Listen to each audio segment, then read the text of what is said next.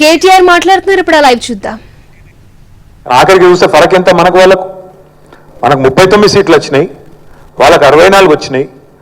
మనకు 37% ఓట్లు వస్తే వాళ్ళకి 38.5% ఓటు వచ్చింది. అంటే కేవలం 1.5% తేడా. మొత్తం రాష్ట్రంలో పోలైన ఓట్లలో చూస్తే 4 లక్షల ఓట్ల తేడా. అంతే, మొత్తం 4 కోట్ల జనాభాలో 4 లక్షల ఓట్ల తేడా.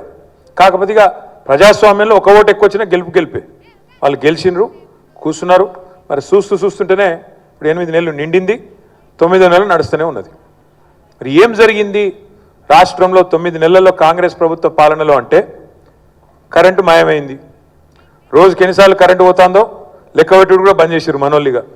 ఎందుకంటే కేసీఆర్ ఉన్నప్పుడేమో కరెంటు పోతే వార్త, ఇప్పుడు రేవంత్ రెడ్డి వచ్చినాక కరెంటు ఉంటే వార్త. ఎందుకంటే ఎన్నిసార్లు పోతుందో లెక్కనే లేదు. మోటార్లు కాలుడు మళ్ళీ చాలా అయింది, ట్రాన్స్ఫార్మర్లు వేలుడు చాలా అయింది. ఇంకా విచిత్రం, కొన్ని చూస్తే అయితే గమ్మత్ అనిపిస్తుంది. ఇదివరకు మనం 10 ఏళ్ళు లేకుంటే మా గవర్నమెంట్లో ఉన్నాం కదా.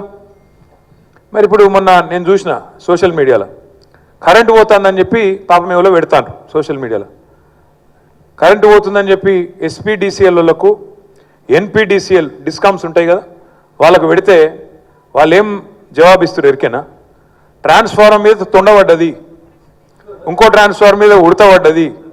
అంటే మనం పరిపాలించినప్పుడు తొండలు ఉడతలు లేవా? అప్పుడు ఇప్పుడే వచ్చినాయి కొత్తగా తొండలు వస్తున్నాయట, ఉడతలు వస్తున్నాయట.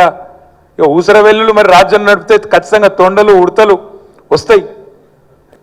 వాటి వల్ల ఇలా కరెంటు పోతుందట. ఎంత విచిత్రంగా ఉందంటే వాళ్ళు మాట్లాడే మాటలు కానీ ఇంకోటి కానీ. ఏమన్నా చెడు జరిగితేనేమో కేసీఆర్ మీదకి నూకాలి, మంచి జరిగితే మన ఖాతాలో వేసుకోవాలి.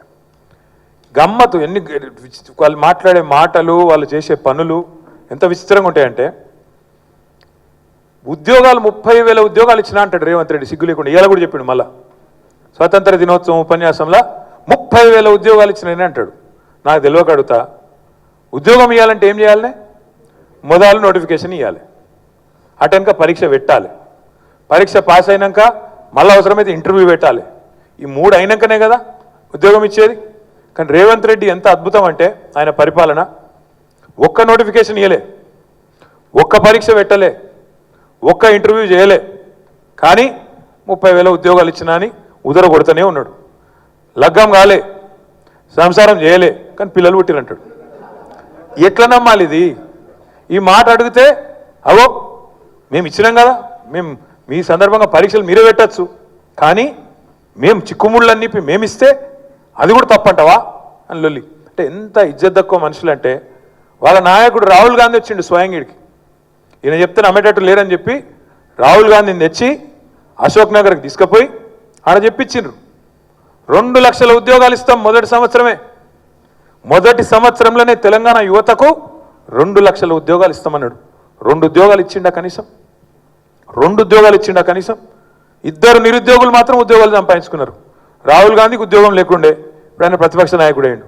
రేవంత్ రెడ్డికి ఉద్యోగం లేకుండే, ఆయన ముఖ్యమంత్రి అయ్యిండు. కేసీఆర్ ఉద్యోగం ఊడగొడితేనే మీకు ఉద్యోగాలు ఇస్తాయని నమ్మవలికిండు. మరి ఏమాయ్ వచ్చినాయా ఉద్యోగాలు? అందుకే తెలంగాణ యువత ఇప్పుడిప్పుడే తెలుసుకుంటున్నది, అచ్చా వీళ్ళు ఇంత మోసగాళ్ళా, ఇంత అన్యాయం చేస్తారా అని చెప్పి ఇలా తెలంగాణ యువత మరల పడుతున్నది. మీరు చూస్తున్నారు, మొన్న అసెంబ్లీకి వచ్చిండ్రు, తర్వాత అశోక్ నగర్లో లొల్లైంది, దిల్సుఖ్ నగర్లో లొల్లైంది, రాష్ట్రమంతలో లొల్లైతున్నాయి. ఎందుకంటే 2 లక్షల ఉద్యోగాల ముచ్చట బోగస్ అనే మాట తెలంగాణ యువతకు అర్థమయ్యింది. ఇక మిగిలింది 3 నెలలే. మరి 3 నెలల్లో 2 లక్షల ఉద్యోగాలు ఎడికెళ్ళాలి రేవంత్ రెడ్డి? అందుకే మన అసెంబ్లీలో కొత్త దందా చాలు చేసిండు, జాబ్ క్యాలెండర్ ఒకటి తీసిండు. మేము పరిశాన్ అవుతాం. జాబ్ క్యాలెండర్ అంటే మరి చర్చ ఉండాలి కదా. 2 లక్షల ఉద్యోగాల సంగతి ఏంది అంటే ఆయనతో బట్టిగారు లేచిండ్రు, ఏదో చదివిండు, అవతల పడ్డాడు. తర్వాత మేము చూసినాం ఏందా ఈ జాబ్ క్యాలెండర్ అంటే. ఇప్పుడు మీరు మైసూరు బజ్జీ తిన్నారా ఎప్పుడైనా? మైసూరు బజ్జీల మైసూరుండు ఎంత వాస్తవమో, నేతి బీరకాయల నెయ్యుండు ఎంత వాస్తవమో, ఓ జాబ్ క్యాలెండర్ల జాబులు కూడా అంతే వాస్తవం. అలా జాబే లేదు, అది జాబ్ క్యాలెండర్ కానీ కాదు, జాబ్ లెస్ క్యాలెండర్ అది. అది వేసి మళ్ళీ ఒకసారి పిచ్చోళ్ళని చేసేందుకు ఇక జాబ్ క్యాలెండర్ అని చెప్పి ఆయనతో వేసి అవతల పడ్డారు.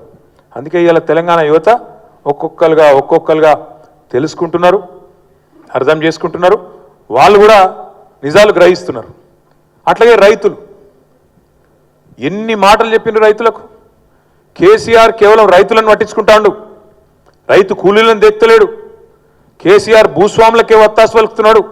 కౌలు రైతులను దేక్తలేడు. మేము 2 లక్షల రుణమాఫీ చేస్తాం. కేసీఆర్ 10,000 ఇస్తాం, మేము 15,000 ఇస్తాం. రైతు కూలీలు నడుచుకుంటాం. ఇన్నెన్ని మాటలు చెప్పి ₹1 ఇచ్చిరా ఇప్పటివరకు కనీసం? రైతు బందే దిక్కులేదు ఈరోజు వరకు.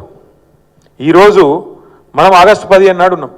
అదే కేసీఆర్ ప్రభుత్వం ఉన్నప్పుడు టంచనుగా జూలై నెలలో నాట్లు పడే టైం వరకు 7,600 కోట్లు టింగు టింగు టింగు మన ఫోన్ మోగుతుండే. 7,600 కోట్లు ఖాతాలో పడుతుండే. అదే ఇవాళ రేవంత్ రెడ్డి కాంగ్రెస్ ప్రభుత్వం రైతు బంధు ఎత్తగొట్టి రుణమాఫీ చేసినామని బిల్డప్ ఇచ్చి ఇయ్యాలటి వరకు కొన్ని గమ్మత్ అనిపిస్తాయి చూస్తుంటే. వాళ్ళకి తెలుగు వస్తుందా రాదా, తెలివి ఉందా లేదా అర్థం కాదు. ఏకకాలంలో రుణమాఫీ అన్నాడు. 15 ఆగస్టు వరకు చేయకపోతే లక్ష్మీ నరసింహస్వామి మీద ఒట్టు అన్నాడు. మీ దగ్గర పెట్టుకున్నాడు ఏమన్నా? మీ దగ్గర కూడా ఏ దేవుని కాడిపోతే ఆ దేవుని కాడ ఓట్లేసిండు. మరి వాళ్ళు ఏం తారీఖు? భద్రకాళి మీద ఒట్టేసిండా? సమ్మక్క సారక్క మీద ఒట్టు, భద్రకాళి మీద ఒట్టు, లక్ష్మీ నరసింహస్వామి మీద ఒట్టు. ఇలా 15 ఆగస్టేనా?